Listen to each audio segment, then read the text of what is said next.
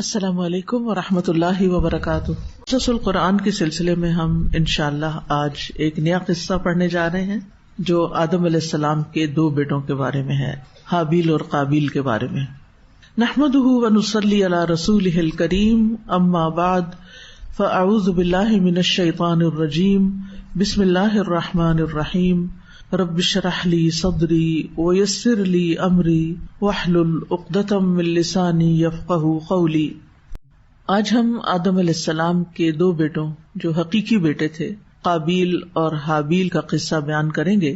ان میں سے ایک بھائی نے دوسرے پر زیادتی کی، حتیٰ کہ اسے قتل کر دیا، اور یہ محض سرکشی اور اس نعمت پر حسد کی وجہ سے تھا جس سے اللہ تعالیٰ نے اسے نوازا تھا اور اس کی قربانی کو قبول کیا تھا جو اس نے اخلاص کے ساتھ اپنے رب کی بارگاہ میں پیش کی، اور دوسرے بھائی سے قربانی قبول نہیں کی کیونکہ وہ متقی نہیں تھا، اور اس طرح مقتول گناہوں کی معافی اور جنت میں داخلے کی وجہ سے کامیاب ہو گیا، اور قاتل دنیا اور آخرت میں ناکام اور نامراد ہوا۔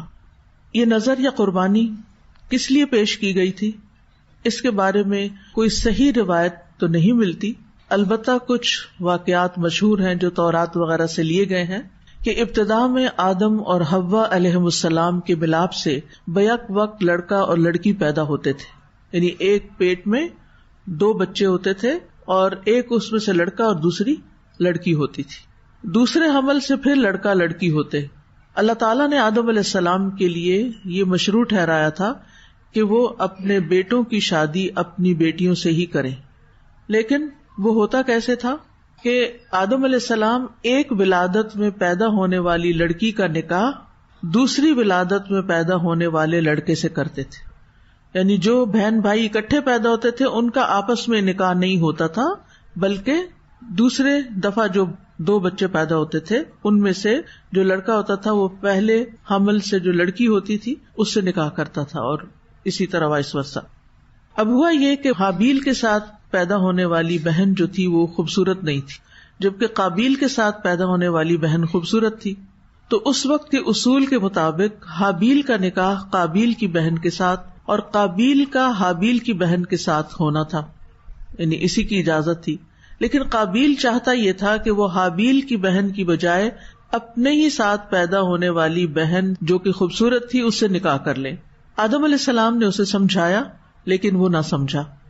بالآخر آدم علیہ السلام نے ان دونوں کو بارگاہ الہی میں قربانیاں پیش کرنے کا حکم دیا اور فرمایا کہ جس کی قربانی قبول ہو جائے گی قابیل کی بہن کا نکاح اس سے کر دیا جائے گا۔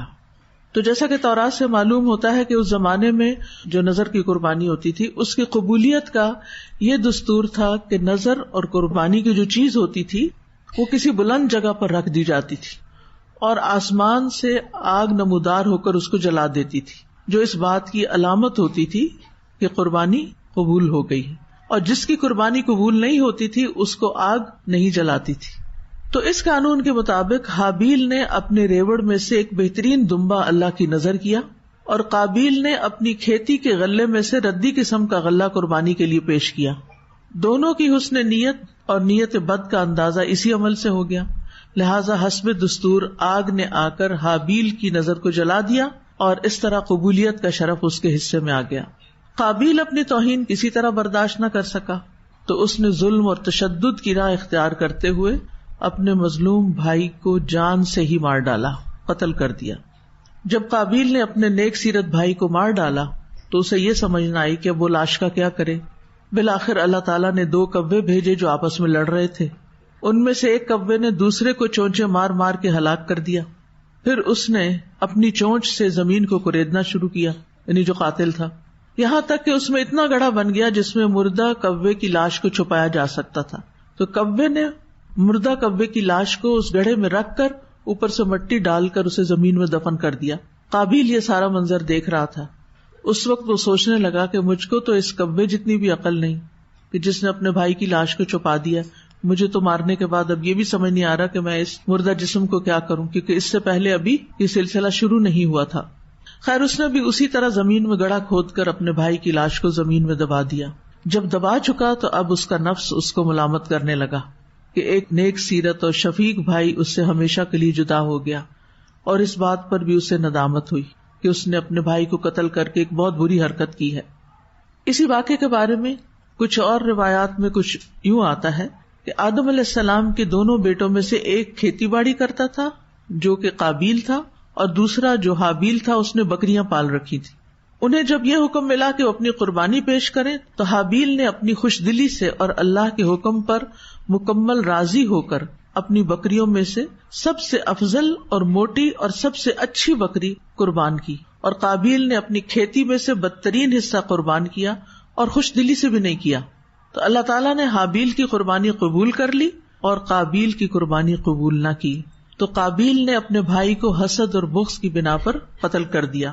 پیچھے ہم آدم علیہ السلام کے واقعے میں پڑھ چکے ہیں کہ اللہ سبحانہ وتعالیٰ نے آدم اور حوا سے خطاب کرتے ہوئے کہا تھا قُلْنَا اهْبِطُوا بَعْضُكُمْ لِبَعْضٍ عَدُوٌّ.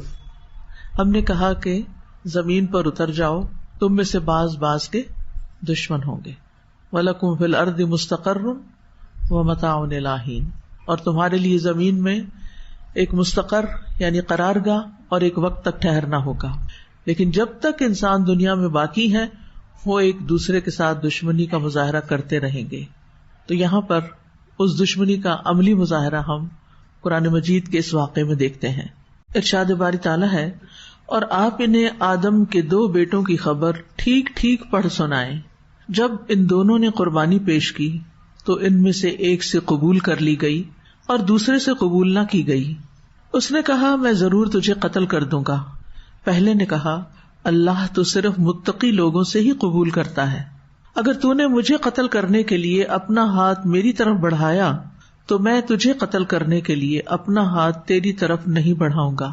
بے شک میں اللہ سے ڈرتا ہوں جو تمام جہانوں کا رب ہے. بے شک میں تو چاہتا ہوں کہ تو میرے اور اپنے گناہ کے ساتھ پلٹے پھر تو آگ والوں میں سے ہو جائے، اور ظالموں کا یہی بدلہ ہے. تو اس کے نفس نے اپنے بھائی کو قتل کرنا اس کے لیے آسان بنا دیا، سو اس نے اسے قتل کر دیا. پھر وہ خسارہ پانے والوں میں سے ہو گیا. پھر اللہ نے ایک کوا بھیجا جو زمین کھودنے لگا تاکہ وہ اسے دکھائے کہ وہ اپنے بھائی کی لاش کیسے چھپائے. کہنے لگا ہائے افسوس مجھ پر، کیا میں اس سے بھی عاجز ہو گیا کہ میں اس کوے جیسا ہو جاؤں کہ اپنے بھائی کی لاش چھپا سکوں. تو وہ پشیمان ہونے والوں میں سے ہو گیا.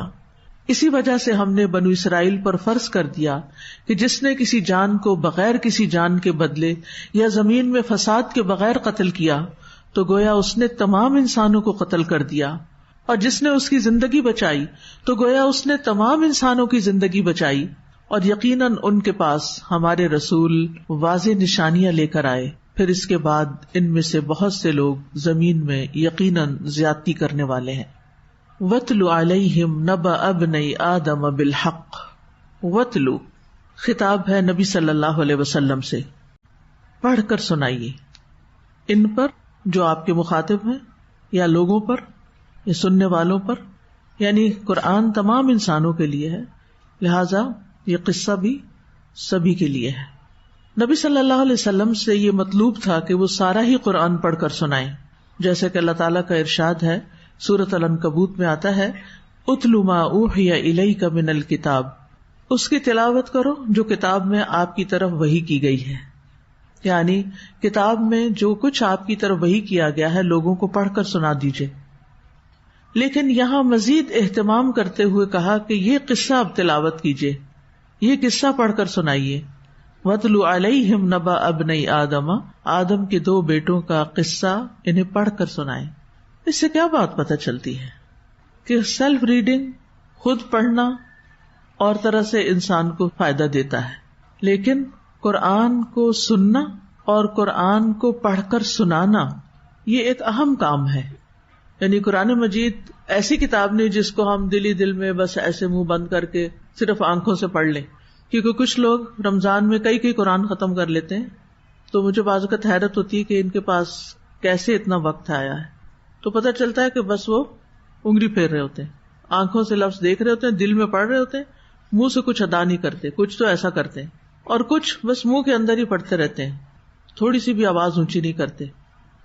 ٹھیک ہے کوئی سو رہا ہے یا گھر میں کوئی اور کام ہو رہا ہے اور آپ کو اونچی آواز نہیں کرنی تو کوئی بات نہیں، لیکن قرآن مجید پڑھنے سے ثواب ملتا ہے منہ سے ادا کرنے سے، کیونکہ اس کا ہر حرف اہم ہے اور اس کا حق اس کو دینا چاہیے.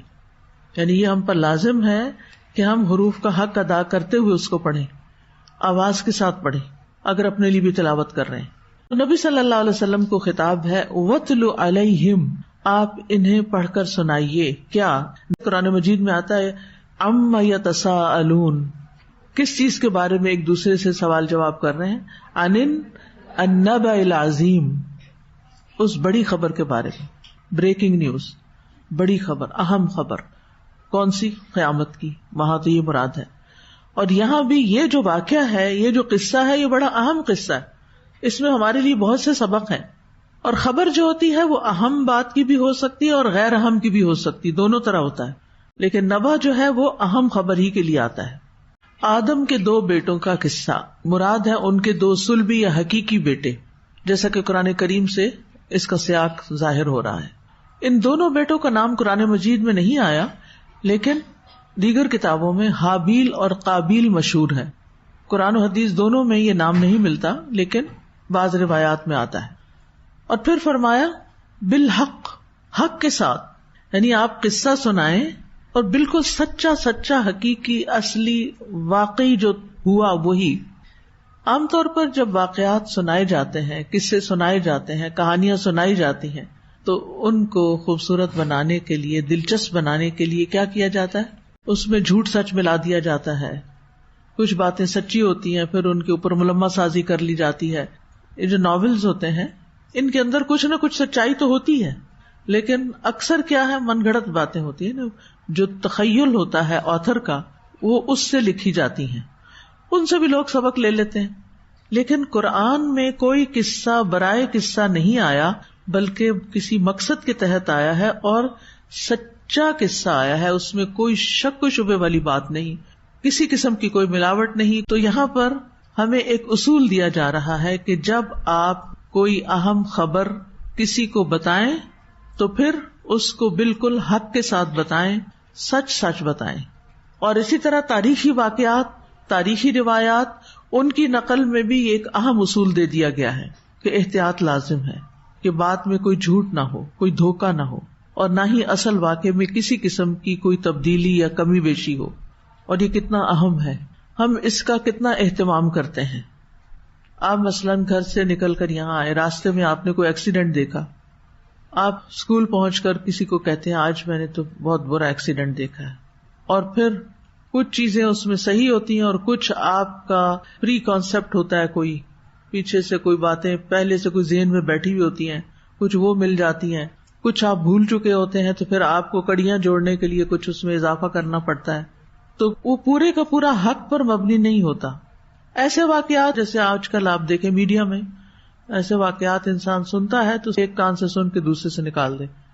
ان پر پکا یقین نہ کرے, کیونکہ ہمیں نہیں پتا اس کی حقیقت کیا ہے.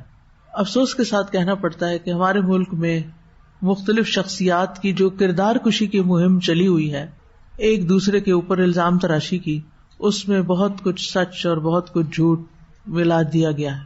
لہذا جب بھی کسی کے بارے میں خاص طور پر کوئی بات سنیں تو اس پر بہت احتیاط کا معاملہ کریں کہ اس کو اگر آپ نے آگے نریٹ کرنا ہے تو پھر پہلے تصدیق کرنی ہوگی.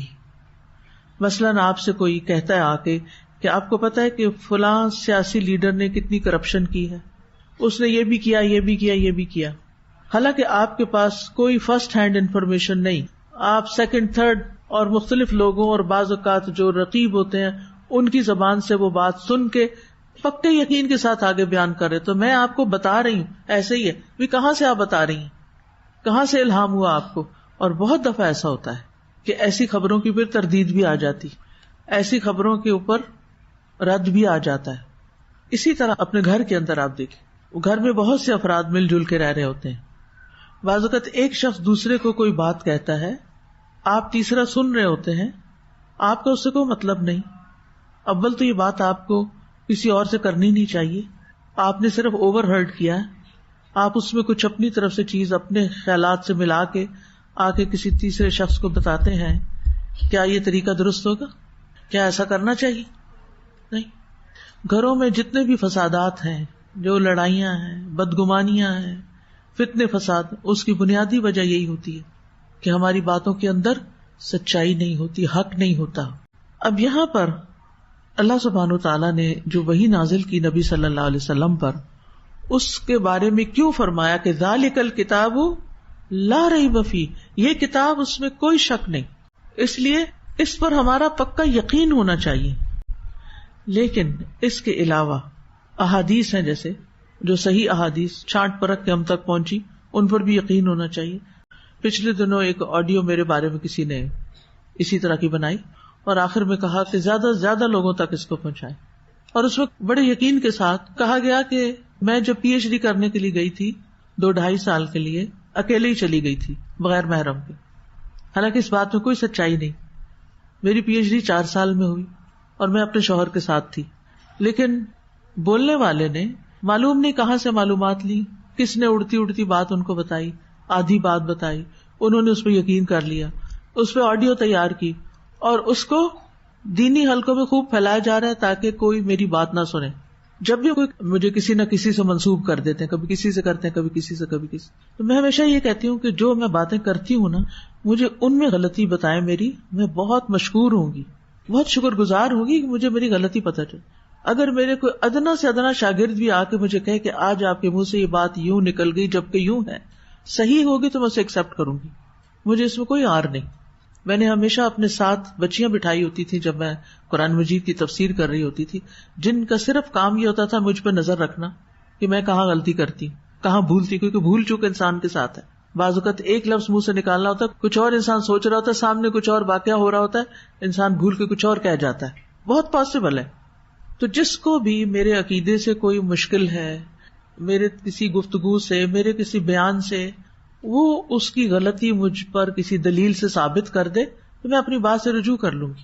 لیکن یہ طریقہ انتہائی غلط ہے کہ بغیر پوری معلومات لیے کسی کے بارے میں سوشل میڈیا پر باتیں پھیلانا اور پھیلاتے چلے جانا اور بغیر تحقیق کے آگے آگے آگے فارورڈ کرنا، یہ جھوٹ پھیلانے کے مترادف ہے. اور آپ کو معلوم ہے کہ نبی صلی اللہ علیہ وسلم جب معراج پر گئے تھے تو ایک شخص کو دیکھا آپ نے کہ ایک آنکڑے کے ذریعے اس کے جبڑے کو کاٹ دیا جاتا تھا پیچھے تک، کان تک، اور پھر وہ جڑ جاتا، پھر وہ کاٹ دیے جاتے، پھر چیر دیا جاتا. پوچھا گیا کہ یہ کس چیز کی سزا ہے؟ بتایا گیا کہ یہ شخص ہے جو ایک جھوٹ بولتا تھا اور پھر وہ جھوٹ پوری دنیا میں پھیل جاتا تھا. یعنی یہ کوئی مذاق نہیں، کھیل نہیں. ہمیں اللہ سے ڈرنا چاہیے کہ کسی کی بھی کردار کشی کرتے ہوئے، جو میں ہوں کوئی اور ہو، یہ نہیں کہ ضرور میں ہی، کوئی بھی ہو، کسی کے بارے میں بھی جو بات آپ سنیں پہلے اس سے تحقیق کر لیں، شک میں نہ رہیں. دونوں نے ایک قربانی کی تو ان میں سے ایک سے قربانی قبول کر لی گئی جبکہ دوسرے سے قربانی قبول نہ کی گئی. اذ قربا تثنیہ کا صیغہ ہے، دونوں نے قربانی کی. قربانی صرف جانور کی نہیں ہوتی. یعنی ابھی میں نے واقعے میں آپ کو بتایا نا کہ ایک نے گیہوں کا صدقہ دیا تھا اور ایک نے بکری یا بھیڑ کا. تو قربانی سے مراد ہر وہ عمل جس سے اللہ تعالیٰ کا تقرب حاصل کیا جاتا ہے. یعنی انسان اپنا مال قربان کرتا ہے، اپنی جان قربان کرتا ہے، اپنا وقت قربان کرتا ہے، اپنی صلاحیتیں قربان کرتا ہے، اپنا آرام قربان کرتا ہے اللہ تعالیٰ کی رضا کے لیے. تو یہ ساری قربانیاں ہوتی ہیں، یعنی وقت کی قربانی، صلاحیتوں کی قربانی، مال کی قربانی، یہ سب قربانیاں ہیں. تو قربانی سے مراد وہ عمل جس سے اللہ عز و جل کا تقرب حاصل کیا جائے. اللہ سبحانہ تعالیٰ نے اس واقعے کو مبہم رکھا، یہ نہیں واضح کیا کہ وہ سونا تھا یا چاندی تھی، غلہ تھا یا جانور تھے. اگر اس میں کوئی مصلحت ہوتی تو اللہ تعالیٰ ضرور بیان کر دیتے. یعنی انسان غور کرتا ہے نا کہ آخر کیا وجہ ہوگی کہ اللہ سبحانہ تعالیٰ ان چیزوں کو بیان نہیں کرتے، وجہ کیا ہے، تاکہ انسان جو مقصد ہے اس پر فوکس رہے. یہ بات ہمیں حدیث سے بھی ملتی ہے، صحیح بخاری میں روایت آتی ہے جس سے پتہ چلتا ہے کہ سابقہ اقوام کی غنیمتوں کو آگ کھا جاتی تھی. ابو ہریرہ روایت کرتے ہیں کہ نبی صلی اللہ علیہ وسلم نے فرمایا، پہلے انبیاء میں سے ایک نبی نے جہاد کیا حتیٰ کہ اللہ نے ان کو فتح عطا کی، پھر انہوں نے مال غنیمت کو اکٹھا کیا اور آگ آئی تاکہ اسے کھائے، بھسم کر دے، لیکن آگ نے اسے نہ جلایا. اس نبی علیہ السلام نے کہا کہ تم میں سے کسی نے خیانت کی ہے، اس لیے یہ غنیمت قبول نہیں ہو رہی اللہ کے ہاں، لہٰذا اب ہر قبیلے کا ایک ایک شخص مجھ سے بیعت کرے، یعنی ہاتھ پہ ہاتھ رکھے. چنانچہ ایک شخص کا ہاتھ ان کے ہاتھ سے چپک گیا. تو اس نبی علیہ السلام نے فرمایا کہ تیرے قبیلے والوں نے چوری کی ہے. اب تمہارے قبیلے کے سب لوگ مجھ سے بیعت کریں تو پتہ چل جائے گا کہ چور کون ہے. پھر 2 یا 3 آدمیوں کے ہاتھ ان کے ہاتھ سے چپک گئے. اس کے بعد اس نبی علیہ السلام نے فرمایا کہ تم نے ہی خیانت کا ارتکاب کیا ہے. چنانچہ وہ لوگ سونے کا سر لے آئے جو گائے کے سر جیسا تھا. وہ مال غنیمت میں سونے کا سر، آپ دیکھیں گائے کا سر اچھا بڑا بڑا ہوتا ہے، تو جب انہوں نے دیکھا اتنا سارا سونا ہے تو چلو اس کو چھپا لیتے ہیں، یہ نہیں پیش کرتے جل ہی جائے گا، چلو کوئی سی کام آ جائے. تو انہوں نے آخر وہ پیش کیا، لے آئے. جب اسے مال غنیمت میں رکھا گیا تو آگ آئی اور مال غنیمت کو کھا گئی. تو رسول اللہ صلی اللہ علیہ وسلم نے فرمایا کہ پھر اللہ تعالیٰ نے ہمارے لیے مال غنیمت حلال کر دیا. پہلی امتوں کے لیے مال غنیمت حلال نہیں تھا، لیکن امت مسلمہ کے لیے مال غنیمت حلال کر دیا گیا. اس نے ہماری کمزوری اور عاجزی کو دیکھا، اس لیے ہماری خاطر مال غنیمت کو حلال قرار دے دیا. اب جو ہی یہ قربانی ہوئی، قال لأقتلنک، اس نے کہا میں تجھے ضرور قتل کر دوں گا. اب وجہ کیا تھی؟ حسد. حسد کی بنا پر ایک بھائی دوسرے بھائی کو قتل کرنے کا ارادہ کرتا ہے. یعنی وہ بیٹا جس کی قربانی قبول نہ ہوئی تھی وہ دوسرے پہ غضبناک ہو گیا اور حسد کی بنا پہ بولا لأقتلنک. اس نے پکا یہ ارادہ کر لیا، اللہ کی قسم میں تجھے ضرور ضرور مار ہی ڈالوں گا، یعنی میں بس مار دوں گا تمہیں. غصے میں تھا وہ، اور غصہ کس بنا پہ تھا؟ حسد کی بنا پہ تھا. اب آپ دیکھ لیجئے کہ آسمان پر پہلا گناہ ہوا تو وہ حسد کی بنا پر ہوا. حسد کی بنا پر ابلیس نے آدم علیہ السلام کو سجدہ نہیں کیا. اور زمین پر پہلا گناہ ہوا تو وہ بھی کس بنا پر ہوا؟ حسد کی بنا پر. فرانسس بیکن کا قول ہے کہ حاسد کبھی تعطیل کا دن نہیں مناتے. مطلب یہ ہے کہ حسد ایک ایسی چیز ہے جو شخص اس میں گرفتار ہو وہ برابر اسی میں ہی رہتا ہے، وہ ہر وقت حسد کی آگ میں جلتا رہتا ہے، کسی لمحے اس کو قرار نہیں آتا. تو کیسی چیز ہے حسد، لیکن کتنے زیادہ لوگ اس میں مبتلا رہتے ہیں. تقوی اختیار کرنا اللہ کی بارگاہ میں قبولیت کا راز ہے. یعنی جب اس کی قربانی قبول نہیں ہوئی تو اس نے غصے کا اظہار کیا تو بھائی نے کہا اس میں میرا تو کوئی گناہ نہیں، یہ تو اللہ کا فیصلہ ہے. اللہ تعالیٰ وہی صدقات وہی اعمال قبول کرتے ہیں جو اللہ کی رضا اور اجر و ثواب کی نیت سے کیے گئے ہوں اور عمل کرنے والا تقوی کی صفت سے متصف ہو، خالصتاً اللہ کی رضا ہو. عمر بن خطاب اپنی دعا میں کہا کرتے تھے اللہم اجعل عملی کلہ صالحا واجعلہ لوجہک خالصا ولا تجعل لأحد فیہ شیئا. یا اللہ میرے تمام اعمال نیک بنا دے اور ان کو اپنی رضا کے لیے خالص کر دے، اور ان اعمال میں کسی غیر کا کوئی حصہ نہ بنانا، صرف اور صرف اللہ کے لیے. کیا حابیل نے یہ بات فخریہ طور پر کہی تھی؟ اس کو اپنی نیکی کا کوئی فخر تھا؟ نہیں، فخریہ طور پر نہیں کہی تھی، بلکہ اپنے بھائی کو ترغیب دینے کے لیے کہ تم بھی اگر چاہتے ہو کہ تمہاری قربانی قبول ہو تو کیا کرو؟ تقوی اختیار کرو. بلکہ جو بھی چاہتا ہے کہ اس کی قربانی، اس کی نیکی، اس کا عمل قبول ہو تو وہ تقوی اختیار کرے. اللہ سبحانہ تعالیٰ جب کسی کا عمل قبول کرتا ہے تو حکمت کی بنا پہ قبول کرتا ہے، اور اگر رد کرتا ہے تو وہ بھی حکمت کی بنا پہ ہوتا ہے. اللہ سبحانہ تعالیٰ کے ہاں فیورٹزم نہیں ہے کہ اللہ تعالیٰ اس کو پسند کرتا ہے تو بس یہ صحیح عمل کرے یا غلط کرے بس اس کا تو قبول ہی ہے. ایک بہت متقی انسان، بہت اچھا انسان سارے کام اچھے کرتا جاتا ایک کام اچھا نہیں کرتا تو آپ کا کیا خیال ہے وہ بھی قبول ہو جائے گا؟ نہیں، وہ رد کر دیا جائے گا کیونکہ وہ اچھا نہیں ہے، بذات خود اچھا نہیں، جس کی مثال بدعت ہے. تو سوال یہ پیدا ہوتا ہے کہ کیا انسان کو اپنے بارے میں یہ کہنا چاہیے کہ میں متقی ہوں، میں تو اللہ سے بہت ڈرتا ہوں؟ کبھی سنا کسی کو کہتے ہو؟ سنا؟ ہاں، کہتے ہیں لوگ مجھے تو بھائی اللہ سے بڑا ڈر لگتا ہے، میں تو یہ نہیں کر سکتا. قرآن مجید میں آتا ہے فلا تزکوا انفسکم هو اعلم بمن اتقى. اپنی پاکیزگی کا دعویٰ نہ کرو، وہ زیادہ جاننے والا ہے کہ متقی کون ہے، کون بچتا ہے. اللہ تعالیٰ نے ان لوگوں کی مذمت کی ہے قرآن مجید میں جو اپنی پاکی بیان کرتے ہیں. زید بن اسلم اپنے باپ سے روایت کرتے ہیں کہ عمر بن خطاب نے ابو بکر صدیق رضی اللہ عنہ کو دیکھا کہ وہ اپنی زبان کو کھینچ رہے تھے. عمر رضی اللہ عنہ نے پوچھا اے خلیفہ رسول یہ کیا کر رہے ہیں؟ انہوں نے کہا یہ مجھے ہلاکت گاہوں کی طرف لے جاتی ہے. رسول اللہ صلی اللہ علیہ وسلم نے فرمایا ہے کہ جسم کا ہر حصہ، ہاتھ، پاؤں، سر، دل، دماغ، اللہ سے زبان کی تیزی کی شکایت کرتا ہے. کہ بہت جلد بول پڑتی ہے، بغیر سوچے سمجھے، بغیر تحقیق کیے. انس بن مالک کہتے ہیں کہ 3 آدمی نبی صلی اللہ علیہ وسلم کی ازواج مطہرات کے گھروں میں آئے تاکہ وہ آپ کی عبادت کے بارے میں معلومات حاصل کریں. جب انہیں اس کی خبر دی گئی تو انہوں نے اسے کم خیال کیا. کہنے لگے نبی کی عبادت سے ہمارا کیا مقابلہ، اللہ تعالیٰ نے آپ کے تو اگلے پچھلے گناہ معاف کر دیے. چنانچہ ان میں سے ایک نے کہا میں ہمیشہ رات بھر نماز پڑھتا رہوں گا، دوسرے نے کہا میں ہمیشہ روزے سے رہوں گا، افطار نہیں کروں گا، تیسرے نے کہا میں عورتوں سے علیحدگی اختیار کر لوں گا، کبھی نکاح نہیں کروں گا. اتنے میں رسول اللہ صلی اللہ علیہ وسلم ان کے پاس تشریف لے آئے. آپ نے ان سے پوچھا کیا تم نے یہ باتیں کہی ہیں؟ خبردار، اللہ کی قسم میں تمہاری نسبت اللہ سے زیادہ ڈرنے والا ہوں اور تم سب سے زیادہ متقی ہوں، لیکن میں روزے رکھتا ہوں اور افطار بھی کرتا ہوں، نماز پڑھتا ہوں اور سوتا بھی ہوں، اس کے علاوہ عورتوں سے نکاح بھی کرتا ہوں. جس نے میری سنت سے اعراض کیا وہ مجھ سے نہیں. تو نبی صلی اللہ علیہ وسلم نے یہ بات اپنے نفس کے تزکیے کے لیے نہیں کہی تھی، بلکہ لوگوں کی خیر خواہی کرتے ہوئے کہا تھا جنہوں نے اپنے اوپر پاکیزہ چیزیں حرام قرار دے دی تھی.